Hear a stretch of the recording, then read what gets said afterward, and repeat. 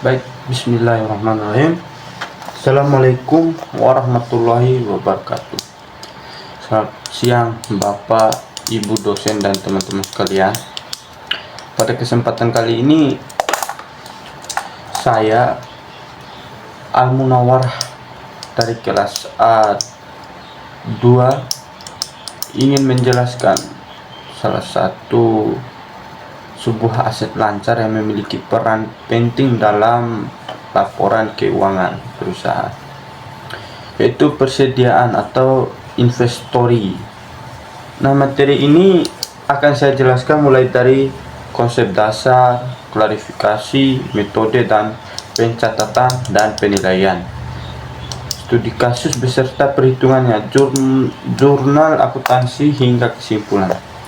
Jadi teman-teman sekalian, saya akan menjelaskan mulai dari pengertian dari sebuah persediaan ini atau investor. Persediaan itu adalah aset yang dimiliki perusahaan untuk dijual dalam kegiatan usaha normal, sedang diproses menjadi barang jadi atau berupa bahan baku dan perlengkapan yang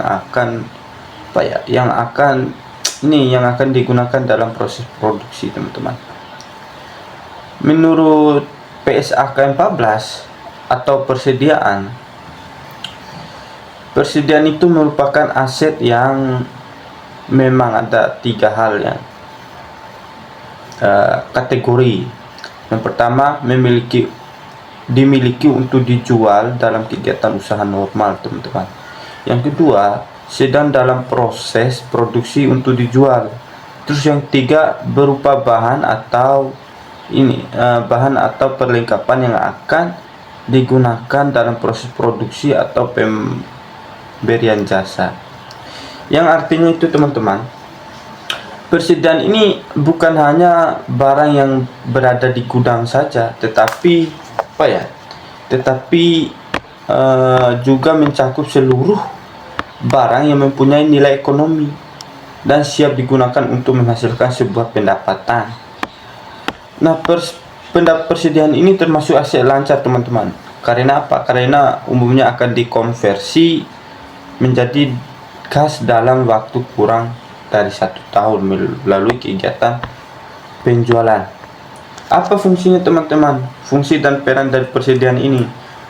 Persediaan itu mempunyai fungsi yang sangat strategis dalam perusahaan karena menjadi penghubung antara proses produksi dan proses penjualan.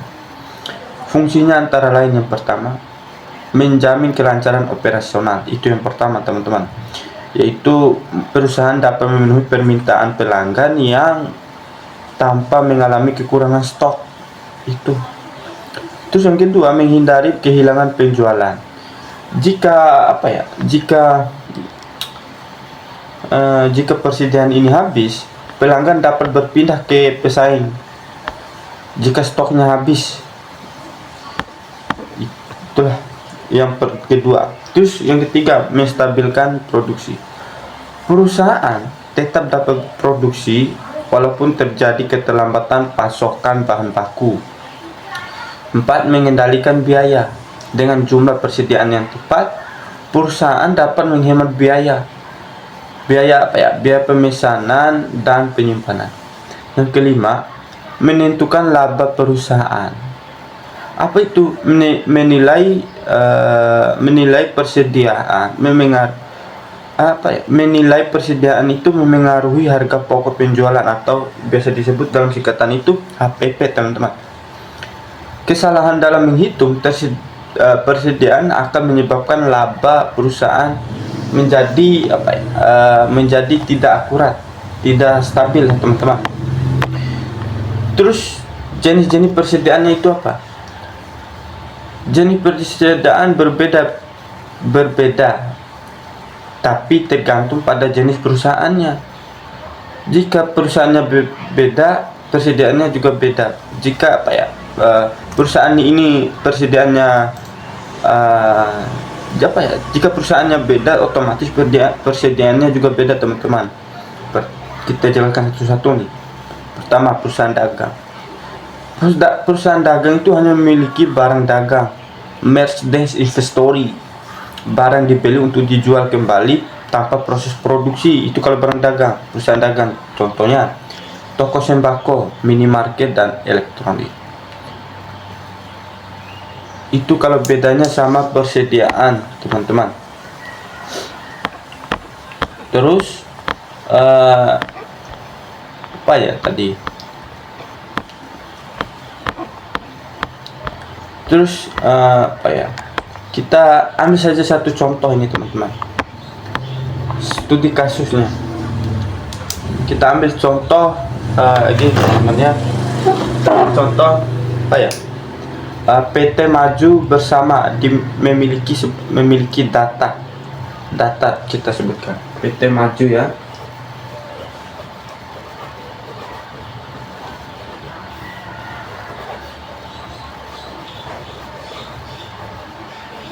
PT Maju Bersama, teman-teman. PT Maju Bersama yaitu memiliki data-data yang memang harus disebutkan. Contohnya data nih, kita sebutkan satu-satu. Persediaan awal. Ada persediaan awal.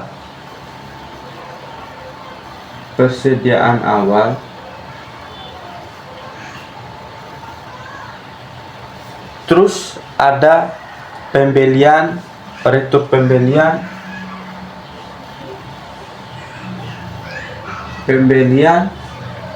retur pembelian,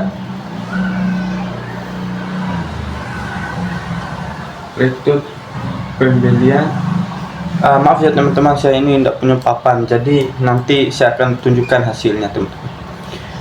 Terus biaya angkut, persediaan akhir, biaya angkut,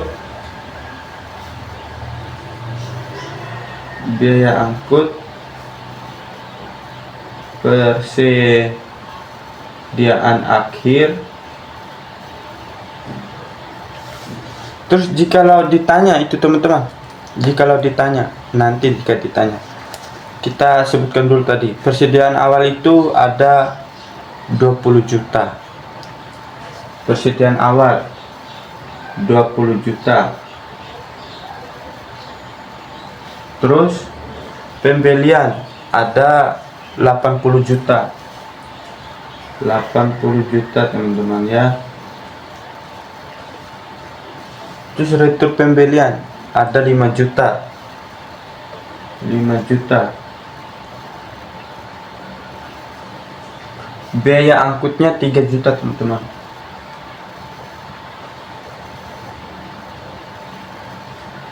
Terus persediaan akhir itu ada 25 juta, teman-teman.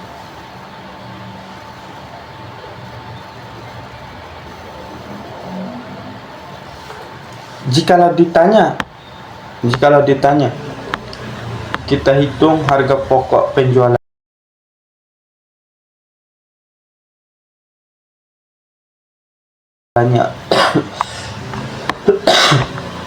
Kita hitung HPP-nya, harga pokok penjualannya. Penyelesaian. Ini saya dekatkan aja, teman-teman ya. Teman-teman. Bentar ya, teman-teman. Langkah pertama itu pembelian bersih ya, teman-teman.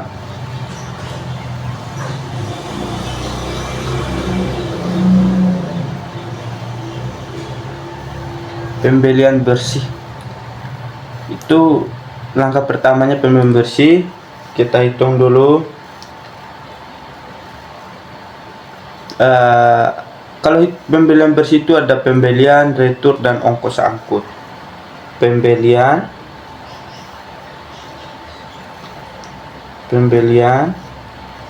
retur,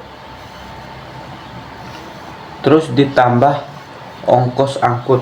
Oh, tadi itu teman-teman, pembelian dikurangi retur terus ongkos angkut. Apa? Ongkos angkut.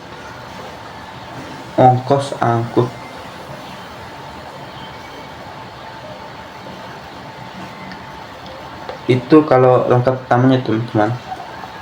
Pembeliannya ini 80 juta. Terus returnya 5 juta. pembelian dikurangi retur, terus ditambah lagi ongkos angkutnya 3 juta. Jadi berapa kalau kita hitung teman-teman? Kita kurangi aja. Kita kurangi ya teman-teman. 78 juta jadi totalnya. Tarik teman-teman. 80 juta kita kurangi returnya, pembelian kurangi retur 75 juta.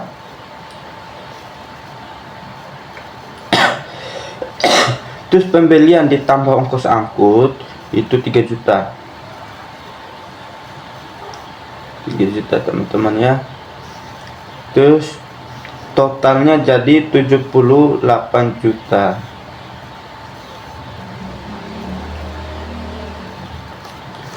Itu kalau langkah pertamanya teman-teman.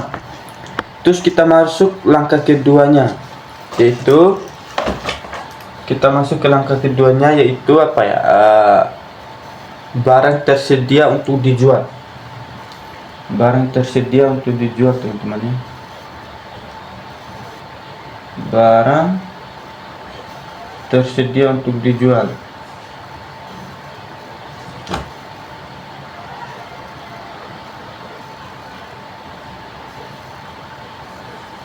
Barang tersedia untuk dijual teman-teman.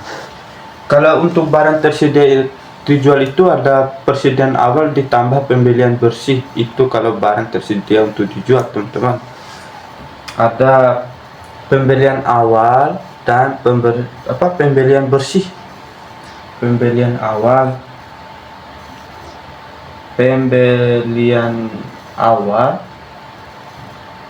ditambah pembelian bersih.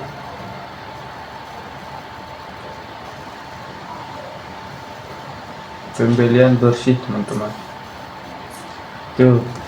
Jadi pembelian awalnya itu 20 juta, terus ditambah lagi tadi pembelian bersih yang langkah pertama kita ambil dari pembelian bersihnya itu teman-teman, yang udah kita hitung tadi teman-teman, yang langkah pertama. Itu kita ambil data di atas tadi 78 juta digabungkan ke barang tersedia untuk dijual. Pembelian awal itu 20 juta. Ditambah pembelian bersih data awal tadi teman-teman itu 78 juta.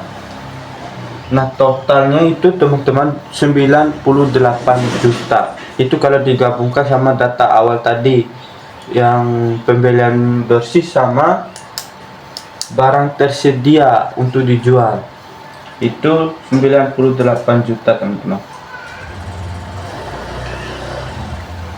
Nah kita masuk lagi ke kita masuk lagi ke harga pokok penjualan. Tadi itu kan langkah kedua ya teman-teman ya. Jadi kita masuk ke langkah ketiga. Langkah ketiga itu harga pokok penjualannya. Harga pokok penjualan. Harga pokok penjualan. Harga pokok penjualannya teman-teman. HPP atau HPP. Nah, di harga pokok penjualan ini ada barang tersedia dikurangi persediaan akhir, teman-teman. Barang tersedia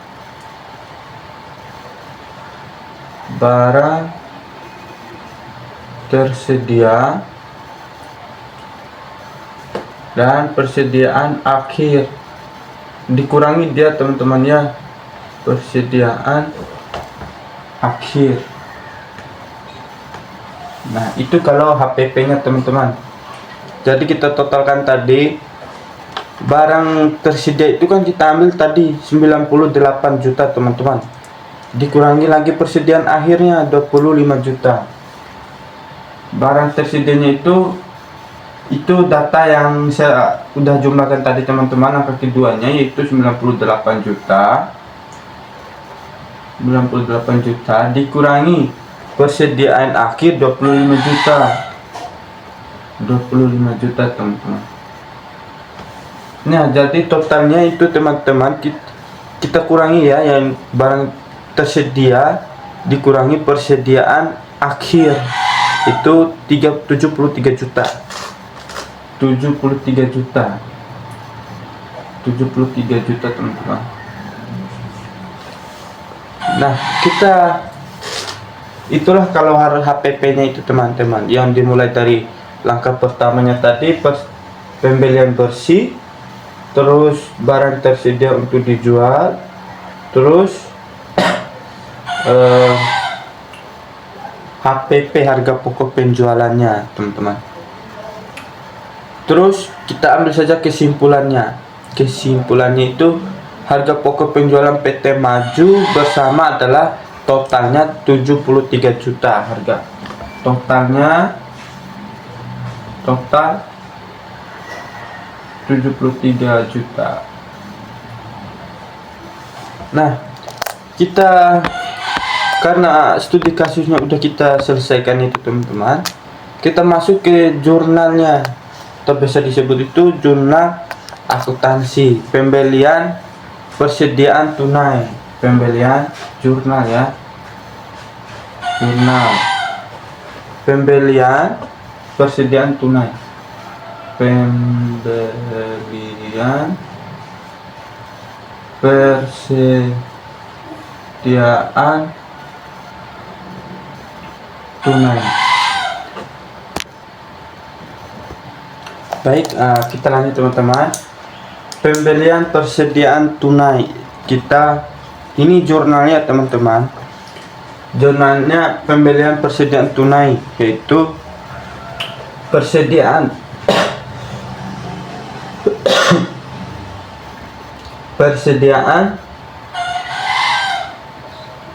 persediaan itu ada di debit teman-teman, yaitu 80 juta, ada di debit 80 juta. Terus kredit kasnya ada di kredit 80 juta. Nah,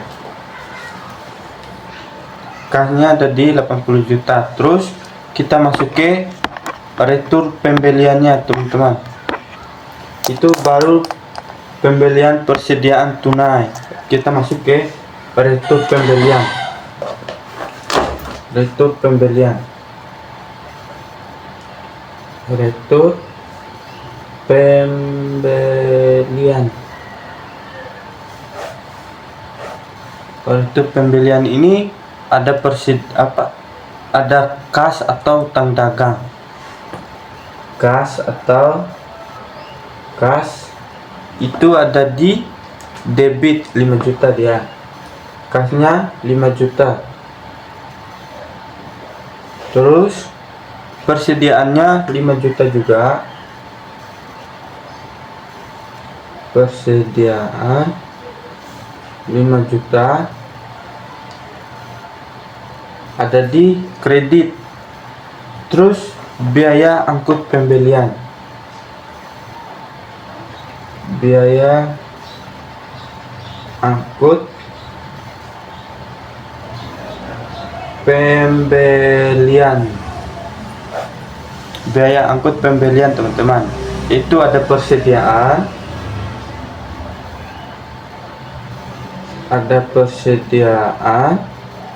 terus ada kas. Persediaannya itu di debit 3 juta, terus kasnya 3 juta di kredit.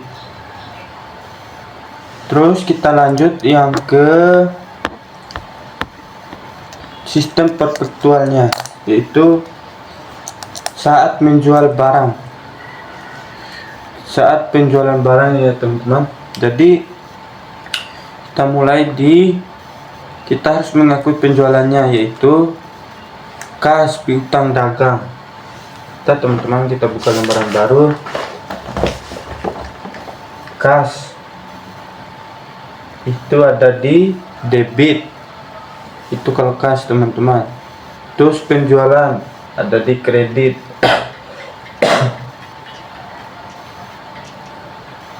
penjualan ada di kredit, terus mengakui harga pokok penjualan.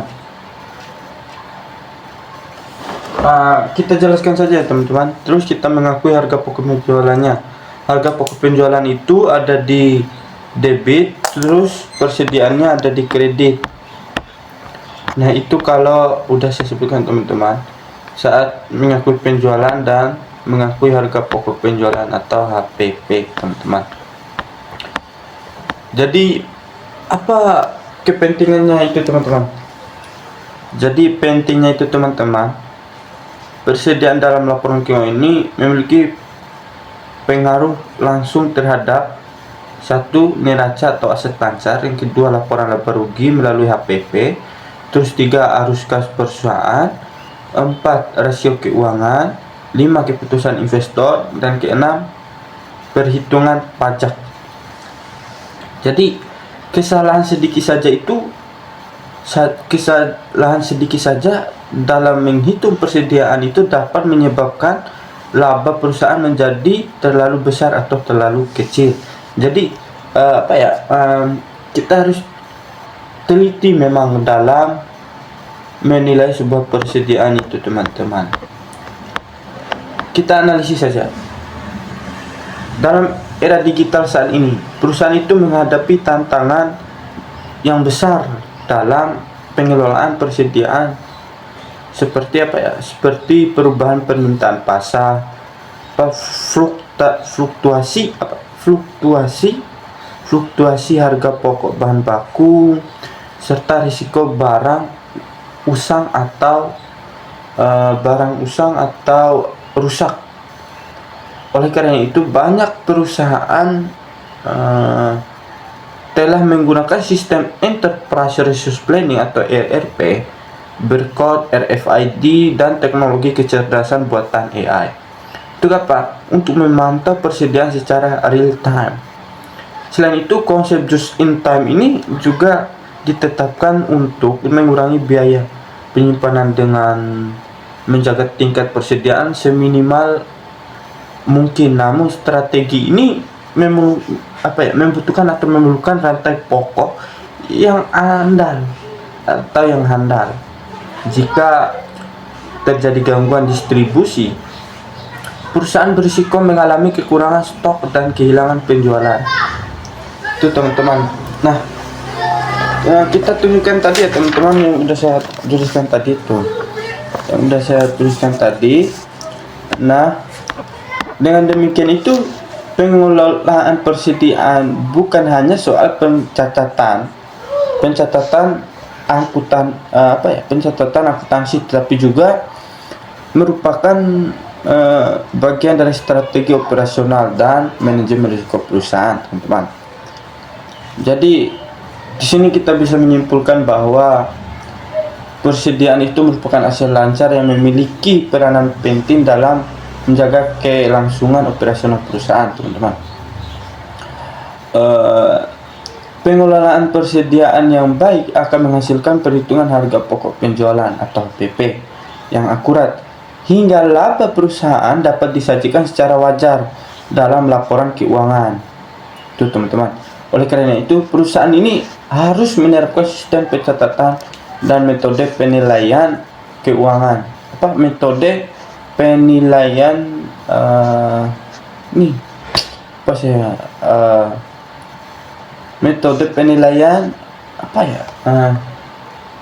persediaan yang sesuai dengan standar akuntansi yang berlaku, serta didukung oleh pengendalian internal yang efektif dan teknologi informasi yang memadai. Nah, seperti itulah yang bisa saya jelaskan teman-teman terkait dengan persediaan ini atau aset lancar dalam perhitungan laba rugi atau besar kecilnya laba dalam sebuah perusahaan itu. Jadi hal-hal yang kita kerjakan dalam sebuah perusahaan itu, terutama sudah dijelaskan tadi itu, persediaan itu harus memang kita teliti, teman-teman. Nah, mungkin itu aja yang bisa saya jelaskan. Terima kasih teman-teman yang sudah mendengarkan dan sudah senantiasa menonton video ini. Jika ada suatu kesalahan bisa dikoreksi atau di komen dalam kolom komentarnya. Mungkin itu aja. Terima kasih. Wassalamualaikum warahmatullahi wabarakatuh.